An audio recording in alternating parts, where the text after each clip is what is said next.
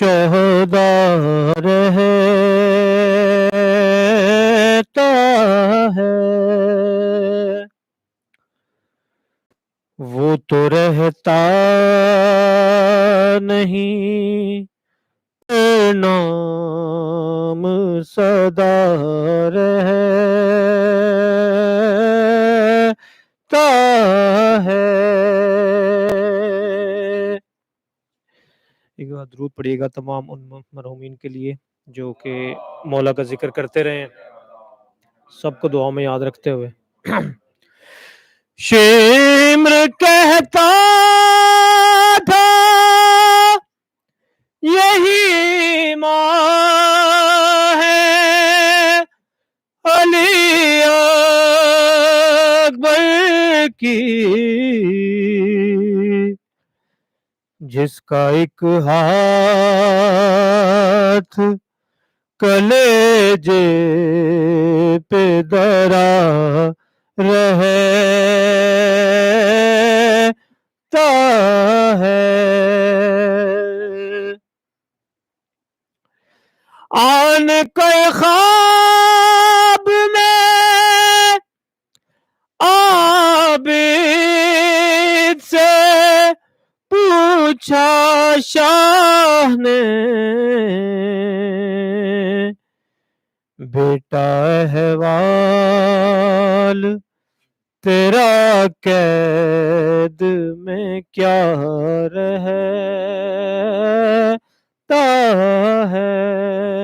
آن قند کی بیٹی نے سکینہ سے کہا، سر تیرا کس لیے اے بہن کھلا رہتا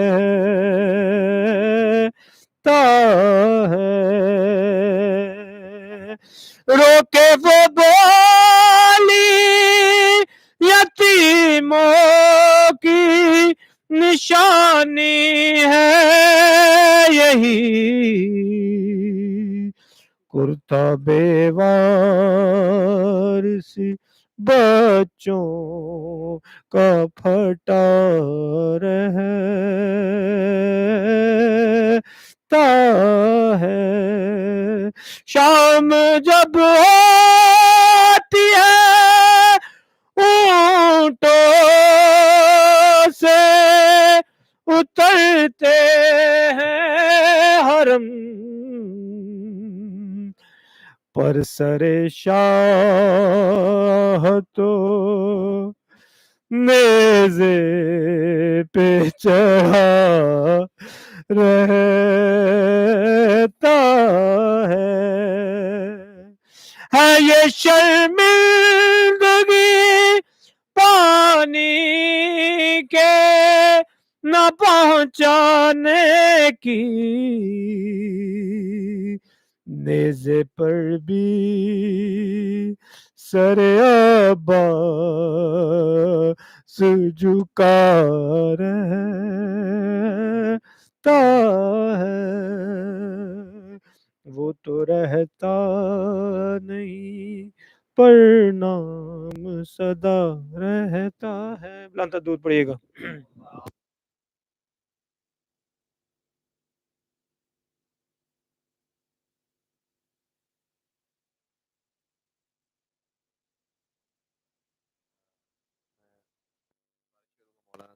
صاحب سے کہ وہ ذب ممبر ہوں اور آج کی مجلس حسین سے خطاب فرمائیں۔ بر محمد وآل محمد صلوات۔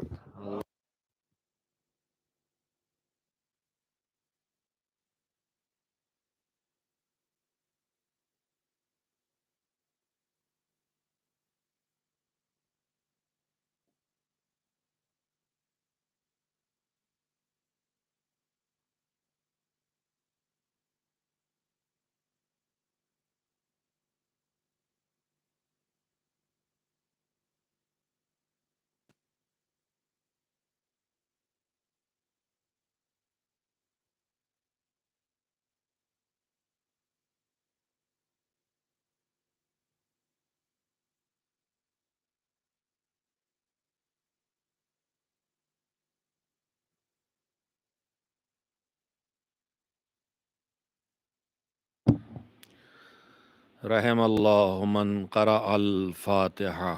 بسم اللہ الرحمن الرحیم.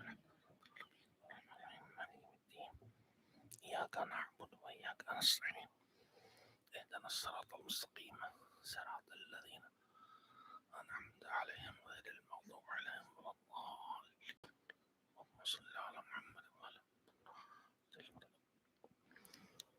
أعوذ بالله من الشيطان اللعين الرجيم. بسم الله الرحمن الرحيم. الحمد لله رب العالمين والعاقبة للمتقين والجنة للمؤمنين والنار للملحدين، والصلاة والسلام على سيد الأنبياء والمرسلين سيدنا ونبينا وشفيعنا أبي القاسم محمد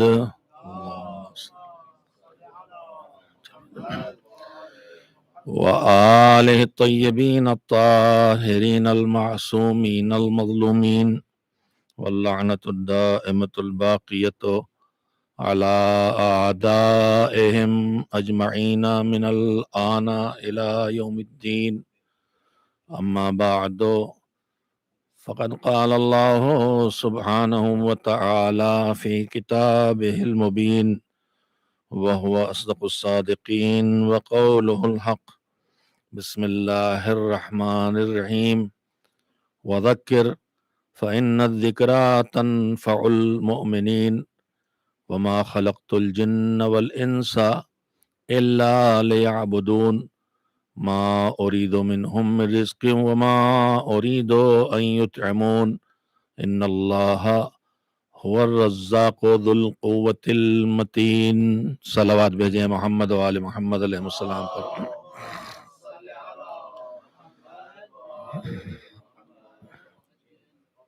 ایام اضحیٰ ہیں اور شب جمعہ کی مناسبت سے آپ حضرات تشریف لائے ہیں. یعنی عبادتوں کے درمیان عبادتوں کا سلسلہ ہے. ایک عبادت عزاداری ہے، دوسری عبادت اسی کے ساتھ نماز ہے، اور تیسری عبادت اسی کے ساتھ دعا ہے. تین عبادتوں کو آپ ایک ساتھ انجام دینے کے لیے اس وقت تشریف فرما ہیں. میں آپ حضرات کی خدمت میں حاضر ہوا ہوں. پہلے بھی ایک دو بار آیا ہوں. میں یہ بات وضاحت سے ذرا عرض کر دینا چاہتا ہوں کہ اس منبر کے تک پہنچنے اور اس منبر کی منزل تک آنے کے لیے بڑی ہمت اور جرأت کی ضرورت ہوتی ہے. اگر یہ سمجھا جائے کہ یہ منبر کیا ہے. میں اکثر ایک جملہ کہتا رہتا ہوں تاکہ ہم آپ سب جیسے محراب کی عظمت کا احساس کرتے ہیں، اسی طرح سے اس منبر کی ذمہ داریوں کو بھی محسوس کیا جائے، چاہے وہ منبر سے بولنے والا ہو اور چاہے زیر منبر بیٹھ کے سننے والے ہوں. میرے عزیزو، ایام اضحیٰ کا سلسلہ جاری ہے اور ابھی سید سجاد حضرت زین العابدین علیہ الصلاۃ والسلام کی شہادت کی تاریخ گزری ہے. ان کے تذکروں میں اور ان کے فضائل میں یا مصائب میں ہم بچپن سے سنتے آئے ہیں کہ جب شام کے دربار میں یزید نے قیدیوں کے آنے کے بعد اپنے رٹائے ہوئے، اپنے سکھائے ہوئے اپنے غلام خطیب کو منبر پر بٹھایا اور اس نے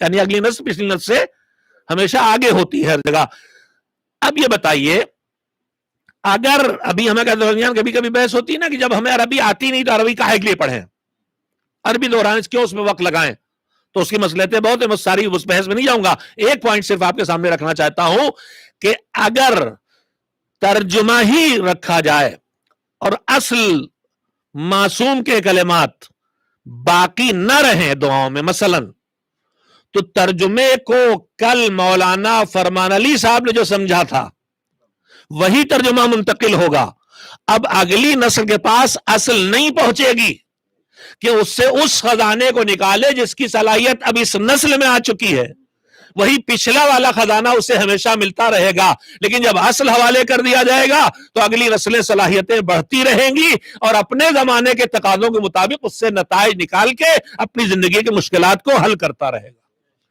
تو خیر یہ تو درمیان میں ایک بات آ گئی, میں نے آپ کی خدمت میں بات کہنا چاہی کہ عربی کو اس لیے منتقل کیا جائے. میں عرض کر رہا تھا کہ معصومین کے ارشادات کے اصل کلمات تک آدمی پہنچ جائے تو اس سے کچھ نہ کچھ حاصل ہوتا ہے. میں نے جہاں سے بات شروع کی تھی ممبر کے بارے میں, ایک اہم بات کہنا چاہتا ہوں, اور اس لیے بھی اس وقت کہنے کا وقت ہے کہ یہ سید سجاد کی شہادت کی تاریخیں بھی ہیں, اور میں نے آیت بھی اسی پیش نظر رکھی ہے کہ جن کی زندگی اس طرح گزری کہ انہیں زین العابدین کہا گیا ہے. تھوڑی سی گفتگو عبادت کے بارے میں.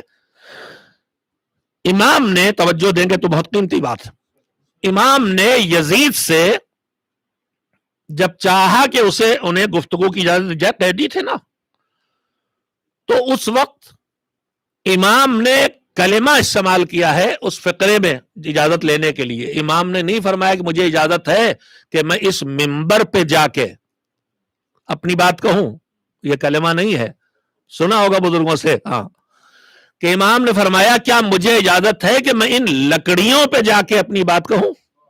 اس کا مطلب یہ ہوا کہ جب اس ممبر کے ڈھانچے سے بھی وہ بات نہ کہی جائے جو اس ممبر کی ذمہ داری ہے تو یہ ممبر نہیں رہ جاتا, لکڑیوں کا ڈھانچہ ہو جاتا ہے. اور اگر ممبر ان لکڑیوں کے ڈھانچے کی شکل میں نہ بھی ہو مگر غدیر کے میدان میں پالان شتر کو تلے اوپر رکھ دیا جائے تو اس کی شکل ممبر کی نہیں ہوتی, مگر بات وہ ہوتی ہے جو ممبر کی ہے, تو وہ پالان شتر کا ڈھیر بھی ممبر غدیر بن جایا کرتا ہے. ایک صلوات مل جل کے بھیجیں محمد و آل محمد علیہ السلام پر. میں عرض کر رہا تھا کہ اس ممبر پر آنے کے شرائط مصلی پر جانے کے شرائط سے کم نہیں ہیں, نہ آنے کے نہ بٹھانے کے. آپ بٹھائیں تو مصلی پہرے کو نہیں کھڑا کرتے, کس کے پیچھے نماز پڑھیں گے؟ کہ ہماری فقہ میں, اثنا عشری فقہ میں امام جعفر صادق علیہ الصلوۃ والسلام کے پیروکار ہمارے درمیان شرائط ہیں. شرائط سارے آپ کے علم میں ہیں کہ کس کے پیچھے نماز پڑھیں گے. ہر ایک کے پیچھے جماعت ہم نہیں پڑھتے. مومن ہو, حلال زادہ ہو, اس کے بعد آگے بڑھتی بات, اس کے پاس علم ہو. کتنا علم ہو؟ دنیا جہان کا نہیں, اتنا علم ہو کہ اپنی نماز کو صحیح طور پہ ادا کر لے, اور نماز کو صحیح طور پہ ادا کرنے کے ساتھ اگر کوئی مشکل نماز میں درپیش آئے, یہ بھول گیا, وہ چھوٹ گیا, یہاں شک ہو گیا, تو اس کا حل جانتا ہو. یہ نہیں کہ توڑ کے پھر شروع کر لیا. اتنا علم ہو, وہ چاہے کسی مدرسے میں پڑھ کے مولانا صاحب نہ بھی ہو, اور اس کے ساتھ ساتھ علم ہو, اور اس کی نماز خود صحیح ہو. اب یہاں پہ چھوٹی سی بات جلدی سے کہہ دینا چاہتا ہوں کہ علم ہو کہ اس کی نماز صحیح ہے اور یہ واقف ہے اور غلطی نہیں کرتا, یہ وہی طے کر سکے گا جو اس سے زیادہ ذی علم ہو. دوسری شرط یہ ہے کہ عالم ہونا کافی نہیں ہے, عادل بھی ہو. عادل کا مطلب یہ ہے کہ جو جس چیز کا, جو جس جگہ کا حقدار ہے وہ جگہ اسے دے. جس کا عام ترجمہ ہوتا ہے کہ گناہ ہے کبیرہ نہ کرے, اور چھوٹے گناہ اگر کر بیٹھے تو انہیں دوہرائے نہیں. لیکن لفظ عدل اصل میں ہے لفظ ظلم کے مقابلے میں, اور لفظ عدل کا مطلب ہوتا ہے جو جس کی جگہ ہے اس کو وہ جگہ دینا. تو یہ بتائیے جھوٹ بولنا عدالت کے خلاف ہے کہ نہیں؟ عدالت کے خلاف ہے. غلط بیانی کرنا عدالت کے خلاف ہے. کسی کی توہین کرنا عدالت کے خلاف ہے. کسی پہ طنز کرنا, مومن پہ طنز کرنا, یہ بھی عدالت کے خلاف ہے, جائز نہیں ہے. توہین مومن یا مومن کا دل کہیں سے بھی کسی جگہ جس کام سے بھی شکستہ ہو، میرے آنکھوں کے کسی اشارے سے بھی مومن کی توہین ہوتی ہے تو آنکھوں کا اشارہ بھی حرام ہے۔ تو عدالت کا مطلب یہ ہے کہ وہ انصاف والا ہو، غلط بات نہ کرے، ادھر کی ادھر نہ کرے، ادھر سے ادھر منتقل نہ کرے، اس کو اس کی جگہ اس کو اس کی جگہ نہ دے۔ اگر آپ نے اس پہ توجہ دے لی، یہ کون ہے جو جماعت پڑھانے کے لیے آگے کھڑا ہوگا؟ امام۔ یہ شرطیں اس میں ہیں۔ ہم نے سوچا مصلی پہ امامت کی جو مصلی پہ کھڑے ہونے کی تو اتنی شرطیں ہیں، لیکن ممبر تو آزاد ہے، جسے چاہے بٹھا دیں۔ دیکھیے ہماری اسی فکر کی کوتاہی نے بہت نقصان پہنچایا ہے۔ میں بہت حقیقت عرض کر رہا ہوں، چاہے وہ سچی ہوتی ہے تو تلخ ہوتی ہے۔ ہر ایک کو ممبر پر بھیج دینا کہ بس یہ ذکر کرنے آیا ہے مولا کا تو چلا جائے، اور کیا ہماری اس سے ذمہ داری ادا ہو جاتی؟ ہم سوچتے ہیں اللہ نے ممبر پہ بٹھانے کا کوئی نظام نہیں بنایا ہے، کہیں توضیح المسائل میں لکھا بھی نہیں ہے کہ ممبر پر جسے بٹھاؤ اس کی یہ شرطیں ہیں۔ مصلی کے لیے لکھا ہوا نہیں، ممبر کے لیے بھی لکھا ہے، ذرا توجہ تو دیجئے۔ یہ بتائیے کہ روزانہ کی نمازیں بھی کل نماز جمعہ ہونا ہے، نماز جمعہ میں 2 کام ہیں، دونوں واجب ہیں۔ نماز جمعہ ہوگی نہیں جب تک اس کے ساتھ خطبے نہ ہوں، 2 خطبے ہوں، اس میں کیا پڑھا جانا کیا پیش کیا جانا وہ آپ سب جانتے ہیں، کیوں رکھا مالک نے، مصلحت کیا، وہ سب آپ ماشاءاللہ دیندار ہیں، سمجھتے ہیں ان چیزوں کو۔ مگر یہ خطبے جو ہوں گے یہ کون کہے گا؟ وہی کہے گا جو نماز پڑھائے گا۔ ہم نے اکثر ہوتا ہے گاؤں میں سیدھے سادے مولانا صاحب ہیں، نماز پڑھا رہے ہیں روزمرہ، اور ان سے ہم سال بھر سنتے رہتے ہیں۔ ایک بڑا سے خطیب بلایا، بہت زبردست ذاکر بلایا، بڑی اچھی مجلس پڑھتا ہے، تو لوگوں نے کہا کہ ایسا ہے کہ خطبے آج مولانا یہ ذاکر صاحب خطیب صاحب یہ دے دیں اور نماز ہمارے مولوی صاحب پڑھائیں گے۔ ہو پائے گا ایسا؟ نہیں۔ کہا اس خطبے کے لیے منبر پہ وہی جائے گا جو اس مصلی پہ کھڑا ہو سکتا ہے۔ میں نے بات پوری آپ کی خدمت پہنچا دی ہے۔ تو دین نے ممبر کو مصلی سے جوڑا ہے۔ ممبر پر اسے بٹھاؤ جو مصلی پہ جانے لائق ہو، اور مصلی پہ جانے لائق وہ ہے کہ جو مومن ہونے کے بعد عالم بھی ہو اور عادل بھی ہو، یعنی ممبر پہ آئے تو اسے پتا ہو کہ ممبر کی ذمہ داری کیا ہے، اور جو ذمہ داری ہے اسے ادا کرے، اس سلسلے میں کوئی غلطی اس سے جان بوجھ کے نہ کرے، نہ دنیا کی واہ واہ کے لیے، نہ جیب میں مال کے لیے۔ فکر آخرت ہو کہ یہ ممبر غدیر کا ممبر ہے، یہ ممبر رسول کا ممبر ہے، یہ ممبر مسجد کا ممبر ہے، لہذا اس سے وہی بات کہی جانا چاہیے جو بات اس ممبر کے لیے اللہ نے رکھی ہے۔ ایک صلوات بھیجیں محمد و آل محمد علیہ السلام پر۔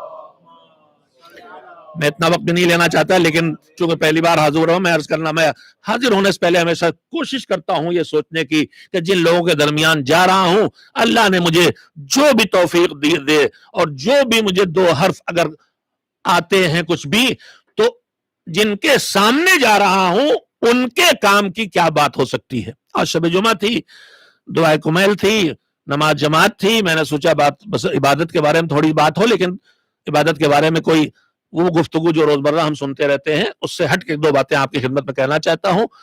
ایک صلوات بھیجیں محمد و آل محمد علیہ السلام پر۔ میں نے جو آیت پڑھی ہے سورہ ذاریات کی مشہور آیات میں سے ہے، اس کی آیت کا پہلا فقرہ جو میں نے پڑھا ہے جان بوجھ کے آپ سب نے پڑھا، جو عام طور پہ نہیں پڑھا جاتا ہے، کہ وَذَكِّرْ فَإِنَّ الذِّكْرَىٰ تَنفَعُ الْمُؤْمِنِينَ۔ سرور کائنات حضرت محمد مصطفیٰ صلی اللہ علیہ وآلہ وسلم سے اللہ کہہ رہا ہے کہ آپ لوگوں کو یاد دلائیں، آپ لوگوں کو متوجہ کریں، آپ لوگوں کو توجہ دلائیں، آپ لوگوں کو نصیحت کریں۔ یاد دلانا، توجہ دلانا، اچھی بات بتانا، کسی پہ اثر کرے نہ کرے، قرآن کہتا ہے فَإِنَّ الذِّكْرَىٰ تَنفَعُ الْمُؤْمِنِينَ، اچھی بات کا اثر کسی پہ ہو یا نہ ہو، ایمان والے پہ اچھی بات کا اثر ضرور ہوتا ہے۔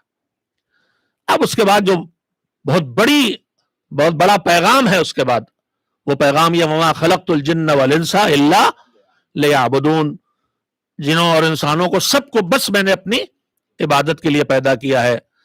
اور اس کے بعد اگلے جملے کم ہم لوگ پڑھتے ہیں، اور اگر وہ پڑھ لیں تو بہت سے سوالات جو اٹھتے ہیں وہ خود بخود ختم ہو جائیں. وما خلقت الجن والانس الا لیعبدون پر سنتے ہی خیال دماغ میں آنے لگتا ہے اللہ کو میری عبادت کا کیا کام؟ اگر اس نے مجھے اپنی عبادت کے لیے بنایا تو اس کا مطلب وہ میرا ضرورت مند ہے. فوراً ذہن میں آنا ہے نا, میں نے بس اپنی عبادت کے لیے بنایا ہے. تو جو ہمارے کانسیپٹ کلیئر نہیں ہوتے تو پھر ہماری ذہنوں میں ایسے سوالات کھڑے ہوتے ہیں ہماری. اور پورا آپ دین کا خلاصہ کر کے دیکھ لیں, دین کا خلاصہ کر کے دیکھیں تو دین میں اول سے آخر تک پروردگار عالم نے یا تو اچھے کاموں کو انجام دینے کو دیا ہے یا برے کاموں سے روکا ہے. ڈیمانڈ ہی ڈیمانڈ ہے, مطالبہ ہی مطالبہ. یہ کرو یہ نہ کرو, یہ کھاؤ یہ نہ کھاؤ, اس وقت نماز پڑھو سو نہیں, اس وقت روزہ رکھو کھاؤ نہیں. تو پورے دین پہ اگر آپ نظر ڈالیں گے تو پورے دین کا خلاصہ یہ دکھائی دے گا کہ پروردگار عالم کہتا ہے کہ یہ کرو اور یہ نہ کرو. حتیٰ کہ یہاں تک بات آ جاتی ہے کہ وہ کہتا من یقرض اللہ قرضا زکات دو, خمس نکالو, تکبیر کہو, جھوٹ نہ بولو, غیبت نہ کرو, سود نہ کھاؤ, حرام نہ کھاؤ, یہ کرو یہ نہ کرو. ڈیمانڈ ہی ڈیمانڈ ہے, کرو نہ کرو, کرو نہ کرو, مطالبہ ہی مطالبہ. تو مالک تو کہاں ضرورت مند ہے کہ ہم سے مانگ رہا ہے؟ پہلا کانسیپٹ یہیں پہ اگر ایک پہلا کلیئر ہو جائے کہ اللہ جو ہم سے مطالبہ عبادت کر رہا ہے وہ کس لیے, تو اس کے بعد ہر واجب کے ثواب کو بتانے اور ہر حرام کی سزا کو بتانے کی ضرورت باقی نہ رہ جائے گی اگر ایک اطمینان اور ایک اعتماد ہمارے ذہنوں میں پیدا ہو جائے. میں اس وقت یہی ایک بات کہنا چاہتا ہوں کہ ہم جب ہمارے سامنے مولوی حضرات آتے ہیں, اس عمل کی وضاحت کی, اس کے فائدے کو بتایا, اس کے نقصان کو بتایا, تو ہمارے اندر کبھی اس نیکی کا جذبہ پیدا ہوا, کبھی اس نیکی کا جذبہ پیدا ہوا, کبھی اس گناہ سے زیادہ ڈر آ گیا, اس کو چھوڑ دیا, اس کو چھوڑ دیا. ایک دو نیکیوں کی طرف جاتے ہیں, ایک دو برائیوں سے بچتے ہیں. لیکن اگر ہمارا ذہن کلیئر ہو کہ پروردگار عالم نے جو ہم سے واج کرو کرو نہ کرو نہ کرو, یہ جو ڈیمانڈ رکھی ہے, جو مطالبہ رکھا ہے, یہ جو ہم سے کہا یہ کرو یہ نہ کرو, یہ کیوں ذمہ کیا ہے, کیا وہ ہم سے تکبیر کہلا کے کچھ بڑا ہو جائے گا؟ کیا ہمارے سجدوں سے اسے کچھ عظمت مل جائے گی؟ کیا ہماری زکوٰۃ نکالنے سے اس کے خزانے میں کچھ بڑھ جائے گا؟ کیا ہمارے خمس دینے سے اس کے یہاں کچھ اضافہ ہو جائے گا؟ نہیں ہونا ہے نا یہ. تو پھر آخر اس نے ہم سے مطالبہ ڈیمانڈ کیوں ہے؟ بغیر میرے مانگے ہی پانی آ گیا, مگر مثال کے طور پر کرتا ہوں, میں ممبر پہ مجلس پڑھ رہا ہوں, مجلس پڑھتے پڑھتے مجھے پیاس محسوس ہوئی, میں نے کہا پانی عنایت کیجیے گا. تو پانی کیوں مانگا میں نے؟ پانی اس لیے مانگا کہ مجھے پانی کی ضرورت ہے, ایک بات. اور دوسری بات یہ کہ پانی مجھے ضرورت ہے اور میرے پاس پانی نہیں ہے. تو ڈیمانڈ کرنا, مطالبہ کرنا, مانگنا, جستجو کرنا, تلاش کرنا, کوشش کرنا, کسی چیز کو پانے کے لیے تگودو کرنا, یہ تب کب ہوتا ہے؟ جب آدمی کے کچھ ضرورت ہو اور اس کے پاس نہ ہو. ایک وقت یہ ہوتا ہے, لیکن ہمیشہ آدمی یہی نہیں جاتا مطالبہ کرنے, ڈیمانڈ کرنے, مانگنے. آپ روزی کما رہے ہیں, گھر میں ہمارے 2-4-10 دن, 1 مہینے 2 مہینے کھانے کے بھر موجود ہے, بینک میں بھی کچھ رکھا ہے, 2-4-6 مہینے اور چلے گا. مگر ایک جاب کرنے کے ساتھ ساتھ دوسری جاب بھی ڈھونڈ رہے ہیں, یا گھر میں اتنا رکھا, کل پھر جاب پہ جا رہے ہیں, پرسوں بھی کما رہے ہیں, اگلے دن بھی کما رہے ہیں. تو ہم نے کہا بھائی جس کے پاس نہ ہو وہ نکلے تو ٹھیک ہے, آپ کے پاس تو ہے, آپ کیوں نکلے, آپ کیوں جا رہے ہیں روز روزی کماتے ہیں, اور محنتیں کیوں کر رہے ہیں, اور زحمت کیوں اٹھا رہے ہیں؟ کہا ہے تو میرے پاس, لیکن جتنی میری ضرورت ہے اتنا نہیں ہے. تو محنت کون کرتا ہے, جستجو کون کرتا ہے, ڈیمانڈ کون کرتا ہے, مطالبہ کون کرتا ہے؟ جس کے پاس یا تو نہ ہو یا جتنی ضرورت ہے اتنا نہ ہو. توجہ دیں گے میرے لفظوں پہ, نہ ہو یا جتنی ضرورت ہے اتنا نہ ہو. ہم نے کہا ٹھیک, جتنی ضرورت ہے اتنا نہیں ہے. تو یہ جو بلینر ٹریلینر جتنے ہیں, یہ ایک بزنس کے بعد دوسرا بزنس, ایک بزنس کے بعد دوسرا کاروبار, ایک کاروبار بعد دوسرا کاروبار, یہ کیوں کھولے چلے جا رہے ہیں؟ انہیں تو پتہ ہی نہیں ان کے پاس کتنا ہے. کہا انہیں ایک تیسری سچائی کا پتہ ہے, ان کے پاس جو انہیں چاہیے وہ سب ہے, اور جتنا چاہیے بہت ہے ان کے پاس. مگر انہیں پتہ ہے چاہے جتنا زیادہ ہو, اگر اسے لاتے نہیں رہیں گے تو یہ کم ہو جائے گا, اور کم ہو کے ختم ہو جائے گا. تو اب یہ کیوں جا رہے ہیں؟ ان کے پاس نہ ہو ایسا نہیں ہے، کم ہو ایسا نہیں ہے، انہیں کم ہو جانے کا ڈر ہے۔ 3 وجہیں ہوتی ہیں جس کی وجہ سے آدمی ڈیمانڈ کرتا ہے، مطالبے کرتا ہے، جستجو کرتا ہے، ڈھونڈتا ہے، میرے مالک تم نے ہم سے کیوں مطالبہ کیا؟ زکوٰۃ نکالو، خمس دو، ہمارا سجدہ کرو، تکبیر کہو۔ میں نے آیت پڑھی ہوئی، من یقرض اللہ قرضا حسنا، کون قرضہ دے گا اللہ کو؟ تجھے کیا پڑی ہے؟ 3 چیزیں ہیں جو مانگتا ہے کوئی کسی سے، توجہ دے، بہت اہم بات کہنے کی کوشش کر رہا ہوں، اللہ کرے پہنچا سکوں۔ اگر یہ بنیادی باتیں ہمارے دماغوں میں کلیئر ہوں تو قدم قدم پر دین کے معاملے میں عمل کرنے میں ہمیں جو دقتیں محسوس ہوتی ہیں وہ ختم ہو جائیں گی، چاہے جتنی زحمت اٹھانا پڑے۔ 3 جگہیں ہوتی ہیں جہاں آدمی ڈیمانڈ کرتا، مطالبہ کرتا ہے۔ نہ ہو، کم ہو، کم ہونے کا خطرہ، مالک تیرے پاس کوئی نعمت ایسی جو نہ ہو، تو ہی تو مالک ہے، تو ہی تو خالق ہے۔ کوئی جس کے کم ہونے کا خطرہ ہو، پروردگار میں نے تو دیکھا ہے تیری دی نعمتیں میرے پاس ایسی ایسی آ گئی ہیں کہ میں انہیں خرچ کرتا رہتا ہوں، کم نہیں ہوتی۔ تو نے مجھے محبت عنایت کی ہے، میں محبت چاہے جتنا بانٹتا چلا جاؤں، میری پاس محبت کا خزانہ کم نہیں ہوتا۔ تو نے مجھے اتنا سے علم عنایت کیا ہے، یہ علم چاہے جتنی جگہ بانٹوں، بانٹنے سے میرا علم کم نہیں ہوتا، کچھ بڑھتا ہی بڑھتا ہے۔ تو تیری دی نعمتیں میرے پاس کم نہیں ہوتی تو تیرے پاس کہاں کم ہو جائیں گی؟ تیرے پاس یہ بھی خطرہ نہیں۔ اچھا، کم نہیں ہے، کم ہو جانے کا ڈر ہو تو تیرے پاس کون سی نعمت کم ہو جانے کا ڈر ہے؟ خلاصے گفتگو بس یہیں پہ آپ کے سامنے بات مکمل کروں کہ کہنا یہ چاہتا ہوں کہ ہم اس طرح سمجھیں کہ اللہ جو ہم سے ڈیمانڈ کر رہا ہے، مطالبہ کر رہا ہے، یہ کرو یہ نہ کرو، یہ کھاؤ یہ نہ کھاؤ، یہ پہنو یہ نہ پہنو، یہ ساری ڈیمانڈ اور مطالبہ اس لیے نہیں ہے کہ وہ ہم سے لینا چاہتا ہے۔ لینے والا جو مانگتا ہے اس کی 3 وجہ ہوتی، تینوں وجہ اللہ کے پاس نہیں ہے۔ وہ ہم سے جو ڈیمانڈ اور مطالبہ کر رہا ہے، چاہے ہم سے وقت مانگے، چاہے ہم سے پیسہ مانگے، چاہے ہم سے اپنی صلاحیتیں مانگے، طاقت مانگے، وہ ہم سے کچھ لینے کے لیے نہیں مانگ رہا ہے، وہ مانگ رہا ہے تو دینے کے لیے مانگ رہا ہے۔ ڈیمانڈ چاہے جس چیز کی ہو، عبادت چاہے جس شکل میں ہو، یہ مطالبہ اس کی طرف سے چاہے جس شکل میں ہو، ہم سے جو کچھ بھی کہہ رہا ہے وہ لینے کے لیے نہیں، دینے کے لیے۔ جس دن یہ ہمیں اعتبار ہو جائے گا اس دن کربلا سمجھ میں آ جائے گی کہ وہاں اولاد بھی دے دی گئی، وہاں مال بھی دے دیا گیا، وہاں عزت و وقار کی قربانی بھی دے دی گئی، اس لیے کہ انہیں پتا تھا کہ یہ جو کچھ جا رہا ہے لینے کے لیے نہیں جا رہا ہے، دینے کے لیے جا رہا ہے۔ ایک صلوات بھیجیں محمد و آل محمد علیہ السلام پر۔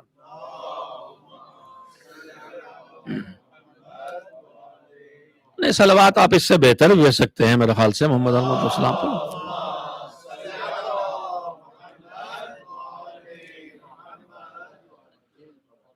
دو باتیں کوشش کروں گا اور آپ کی خدمت میں عرض کر دوں۔ دوسری بات جو عرض کرنا چاہتا ہوں کہ ہمیں پتا ہے کہ کیا واجب ہے، کیا مستحب ہے، کیا حرام ہے، مکروہ ہے، نہیں پتا ہے تو پتا کرتے ہیں، یہ تو اتنا تو ہمیں پتا ہے، لیکن کیوں ہم اپنی کوششوں کے باوجود کہیں کہیں ہم سے واجبات چھوٹ جاتے ہیں، کہیں کہیں ہم آرام کرتے ہیں۔ آپ ہم اس سے کوئی اپنے کو بالکل الگ نہیں کر سکتے۔ اس کے پیچھے جو اسباب ہیں ان میں سے صرف ایک اس وقت آپ کی خدمت میں عرض کرنا چاہتا ہوں میرے عزیزو۔ دیکھیے، بات یہ ہے کہ پروردگار عالم نے ہمیں جو کچھ بھی ہم سے کہا ہے وہ سب ہمیں دینے کے لیے کہا ہے۔ یہ اعتماد جب نہیں ہوگا تو اس کی بات ماننے میں کمزوری آئے گی۔ جتنا اعتماد بڑھتا جائے گا اتنی اطاعت بڑھتی جائے گی، اتنی نیکیوں کی طرف آدمی بڑھے گا، اتنا برائیوں سے خود کو روکے گا۔ اللہ اس عبادت کے ذریعے ہم کو دینا کیا چاہتا ہے؟ جلدی سے سن لیں، قرآن مجید کی آیات پر توجہ دیں اور ان سے ایک نتیجہ نکلتا ہے جو آپ کے سامنے رکھنا چاہتا ہوں، اور اللہ سے دعا کرتا ہوں کہ مالک مجھے اس بات کو پہنچانے کی توفیق عنایت فرما دے۔ ان جوانوں کے سامنے جو تعلیم یافتہ اور باشعور جوان تشریف فرمائے جو اپنے دین کو، زندگی کو دیندار بنانا چاہتے ہیں تاکہ ہمارے اندر اور مضبوطی پیدا ہو دین کی راہ میں آگے بڑھنے کی۔ میرے عزیزو، پروردگار عالم نے ہم سے مطالبہ عبادت کیوں کیا ہے؟ اگر قرآن مجید کی آیات پہ نظر ڈالیں تو پوری کائنات کے وجود کا مقصد بھی بتایا ہے اور اپنی عبادت کا مطالبہ کیوں کیا ہے اس کا مقصد بھی بتایا۔ اگر آپ مالک تو نہیں پوری کائنات کیوں بنائی، یہ یونیورس کیوں بنائے، دنیا کیوں بنائی، آسمان کیوں بنائے، سونے چاند سورج کیوں بنائے، جو کچھ بنایا جس میں سے ہمیں تھوڑا سے پتا ہے، بہت زیادہ چیزیں ابھی بھی ہمیں پتہ ہی نہیں کیا کیا بنایا تو نے، لیکن جو بھی بنایا وہ کیوں بنایا؟ قرآن مجید بار بار کہتا ہے خلق لکم، یہ سب تمہارے لیے بنایا ہے. اور اس کے بعد اگلا جملہ بھی کہتا ہے وَسَخَّرَ لَكُمْ، تمہارے لیے ہی نہیں بنایا. توجہ دیں میرے پڑھے لکھے جوان جو سائنس کی فیلڈ میں ہیں، وہ دیکھ لیں کہ سائنس کتنی بھی آگے چلی جائے مسلمان کو حیرت زدہ نہیں ہونا ہے. چاہے ہم ہوا پہ قابو کر لیں، چاہے پانی پہ قابو کر لیں، چاہے جو کچھ اس خلقت میں کر ڈالیں، ہم صرف ایک کام نہیں کر سکتے، نہیں سے ہاں نہیں کر سکتے، عدم سے وجود میں نہیں لا سکتے. لیکن اللہ وجود میں لا دے تو اس کے بعد ہمارے اختیار میں دیا، سخر لکم، تمہارے قابو میں دیا ہے. اب کسی اور کی سمجھ میں آئے نہ آئے کہ کھڑے کھڑے اشارہ کریں تو سورج کیسے پلٹ کے آئے گا، مگر جو اس آیت کو سمجھا ہے وہ جانتا ہے اللہ پہلے ہی کہہ چکا ہے تمہارے قابو میں کیا ہے. پہنچو تو وہاں تک، ہمارے آپ کے حوالے کیا. سخر لکم، خلقا، تمہارے لیے بنایا اور تمہارے قابو میں کیا ہے. حدیث قصہ آپ پڑھتے رہتے، ہو سکتا ہے کسی ذہن میں ابھی سوال پیدا ہو یا بعد میں پیدا ہو کہ ہم حدیث قصہ بچپن سے سنتے چلے آ رہے ہیں کہ جب پنجتن پاک چادر میں جمع ہوا، جناب جبریل نے پروردگار عالم سے گفتگو شروع کی، تو اس ساری گفتگو میں آخر میں اللہ نے اہل بیت کا تعارف کرایا. تو اس تعارف میں اللہ نے اعلان کیا کہ انی ما خلقت سماء مبنیۃ ولا ارض مدحیۃ ولا قمرا منیرا ولا شمس مضیۃ ولا فلکا یدور ولا بحرا یجری الا فی محبت ہؤلاء الخمسۃ الذین هم تحت الکساء. ہو سکتا ہے کسی ذہن میں الجھن پیدا ہو کہ مولانا آپ کہہ رہے ہیں پوری کائنات ہمارے آپ کے لیے بنائی گئی. حدیث قصہ میں توجہ دے لیں، میں وہی سے وضاحت کر دوں، یہ کائنات ہمارے آپ کے لیے بنائی گئی. ہاں، قرآن کہہ رہا ہے کہ خلقا لکم، سخرا، تمہارے قابو میں دیا ہے، تمہارے لیے بنایا ہے. حدیث قصہ کے جملے ہو سکتا ہے کہ ذہن میں الجھن سوال کریں کہ جب پوچھا کہ کون ہے چادر میں، ان کی فضیلت بیان کی اللہ نے، تو اس میں فضیلت یہ تھی کہ میں نے زمین، آسمان، سورج، چاند، دریا، پانی، بہتے ہوئے کشتیاں، جو کچھ بھی بنایا کس لیے بنایا؟ اللہ فی محبت ہؤلاء الخمسۃ الذین هم تحت الکساء، یہ جو 5 چادر میں جمع ہے ان کے لیے نہیں بنایا ہے، ان کی محبت میں، ان کے لیے نہیں. توجہ دیں آپ، ان کی محبت میں بنایا، ان کے لیے نہیں بنایا. یہ زمین و آسمان اس لائق نہیں ہے کہ ہم ان کو تحفہ دیں، ان کے لیے تو ہم نے اپنی رضا بنائی ہے. یہ تو ان کے لیے بنایا ہے جن کو ہم نے زمین پہ پیدا کیا ہے. ایک صلوات بھیجیں محمد و آل محمد علیہ السلام پر. اچھا مالک، خلق لکم، ساری کائنات میرے لیے بنائی، مجھے کیوں بنایا؟ وہی آیت وما خلقت الجن والانس الا، تم کو سب کو اس لیے بنایا کہ میری عبادت کرو. اچھا مالک، تیری عبادت بھی کر لی، اب کیا ہوگا؟ عبادت کریں گے تو کہاں پہنچیں گے؟ پھر قرآن مجید کی آیت، ایک دوسری آیت کہتی ہے بسم اللہ الرحمن الرحیم یا ایھا الناس اعبدوا ربکم الذی خلقکم والذین من قبلکم لعلکم تتقون. ماشاءاللہ سے یہاں آیات کو پہلے سے پڑھنے والے موجود ہیں. اللہ اور اضافہ کرے آپ کے اس شعور میں اور اس ذوق میں. ہم نے تم کو عبادت کے لیے بنایا، اب اس کے بعد عبادت کرو گے تو کیا ملے گا؟ اللہ کہتا ہے کہ اعبدو، اے لوگو، اے انسانوں، عبادت کرو ربکم، اپنے رب کی، الذی خلقکم، جس نے تمہیں بھی خلق کیا. خلق کیا یعنی نہیں سے ہاں بنایا. والذین من قبلکم، اور جو تم سے پہلے تھے انہیں بھی خلق کیا. یا ایھا الناس اعبدوا ربکم الذی خلقکم والذین من قبلکم، اے انسانوں. انسانوں کا مطلب کیا ہوا؟ انسانوں کا مطلب چاہے کافر ہو، چاہے مسلم ہو، چاہے منافق ہو، چاہے پیسے والا، چاہے غریب، چاہے علم والا، چاہے جاہل، سب سے اللہ کہہ رہا عبادت کے لیے سب کو بلا رہا. توجہ دیکھ، بات آیات کے سارے کہنا چاہتا ہوں. یا ایھا الناس اعبدوا ربکم الذی خلقکم والذین من قبلکم لعلکم تتقون. کائنات میرے لیے، میں عبادت کے لیے. عبادت کس لیے؟ اے انسانوں، عبادت کرو اس رب کی جس نے تم کو بھی بنایا، تم سے پہلے والوں کو بھی بنایا. کیوں؟ تاکہ تمہارے اندر تقوی آ جائے. لو اور مصیبت آ گئی.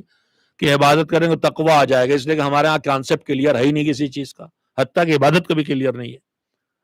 ہم عبادت صرف نماز روزے کو سمجھتے ہیں، تلاوت قرآن کو سمجھتے ہیں. اگر نماز روزہ اور تلاوت قرآن ہی عبادت ہے تو اللہ نے تو ہمارا پورا وجود عبادت کے لیے بنایا ہے، اور یہ عمل ہم کتنی دیر انجام دے سکتے ہیں. اس کا مطلب یہ ہے کہ اگر ہماری مشین عبادت کے لیے بنائی گئی ہے تو اچھی مشین وہ ہوتی ہے جو ہر وقت اپنی ڈیوٹی کرے. مجھے کھانا بھی ہے، مجھے پینا بھی ہے، مجھے سونا بھی ہے، مجھے کمانا بھی ہے، میں وہاں تک پہنچ جاؤں. اللہ کرے جس کے لیے اتنی زحمت آپ کو دی اور خود بھی میں نے محنت کی ہے کہ عبادت کا مفہوم ہمارے دماغوں میں کلیئر ہو جائے، ہم اپنی پوری زندگی کے لمحے کو عبادت بنا سکتے ہیں. عبادت کی راہ پر آئے تو تقوی تک آئے. تقوی عبادت کے لیے کس کو بلایا؟ سارے انسانوں کو، چاہے جیسے ہوں، سمجھدار نہ سمجھ، سب کو بلایا. لیکن اب اس کے بعد اگلی آیت پھر کہتے ہیں فَاتَّقُونِ يَا أُولِي الْأَلْبَابِ، اے عقل مندو تقوی اختیار کرو. ذرا توجہ دلانا چاہتا ہوں، ابھی جو عبادت کے لیے بلایا تھا کس کو بلایا تھا؟ سارے انسانوں کو. اب ان سارے انسانوں میں چھوڑ کے تقوی کی طرف، پھر وہی کہیں گے تقوی. تقوی یہ نہیں ہے کہ کاروبار حیات چھوڑ دیا جائے، تقوی زندگی کے چھوڑ دینے کا نام نہیں، تقوی زندگی سے اپنے آپ کو الگ کرنے کا نام نہیں ہے. تقوی حکم خدا کے مطابق اللہ کی رضا حاصل کرنے کے لیے بھرپور زندگی بسر کرنے کا نام ہے. علی امام المتقین ہیں تو کیا علی نے زندگی چھوڑ دی تھی؟ علی کھیت میں مزدوری کرتے ہوئے دکھائی دیتے ہیں، علی ممبر پہ علم پہنچاتے ہوئے دکھائی دیتے ہیں، علی میدان جنگ میں تلوار چلاتے ہوئے دکھائی دیتے ہیں، علی مسند حکومت پہ بیٹھ کے حکومت کرتے ہوئے دکھائی دیتے ہیں، علی بازاروں میں کمزوروں کی مدد کرتے ہوئے دکھائی دیتے ہیں، علی غریبوں کی مدد کرتے ہوئے دکھائی دیتے ہیں، علی غلاموں اور کنیزوں کو خرید کے آزاد کرتے ہوئے دکھائی دیتے ہیں. اس کا مطلب زندگی کا کوئی پہلو ایسا نہیں ہے جس پہلو کو انہوں نے چھوڑ دیا ہو. بھرپور زندگی بسر کی، مگر اللہ کے احکام کی پابندی کے ساتھ اور رضا خدا کے لیے، تو وہ کہلائے امام المتقین. اس کا مطلب تقوی زندگی کے چھوڑ دینے کا نام نہیں. ہمارے مربی اور بزرگ تھے مولانا غلام عسکری اللہ مقامہ، وہ کہتے تھے ہمارے پاس کانسیپٹ بہت بدل گئے ہیں. تقوی آتے ہی آتا ہے کہ کوئی آدمی میلے کچیلے کپڑے پہنے، تسبیح ہاتھ میں لیا، اللہ اللہ کر رہا، گھر میں فاقے ہو رہے ہیں، دروازے پہ پٹا پردہ ٹنگا ہوا ہے، کہا بڑے متقی ہیں. وہ فرماتے تھے تقوی نہیں ہے، یہ تقوی کا لقوہ ہے. یہ تقوی نہیں ہے، تقوی کا لقوہ ہے. تقوی ہے بھرپور زندگی پابندی احکام خدا کے ساتھ بسر کرنا. صلوات بھیجیں محمد و آل محمد علیہ وسلم. بس وقت ختم ہو گیا، میں بات کو یہیں پہ روکوں جلدی سے. کائنات میرے لیے، میں عبادت کے لیے. عبادت کیا کرے گی میرے اندر؟ تقوی پیدا کرے گی. تقوی آئے گا تو کیا ہوگا؟ جس کا میں نے اتنا وقت آپ سے لیا ہے کہ عبادت ہمیں کہاں پہنچائے گی.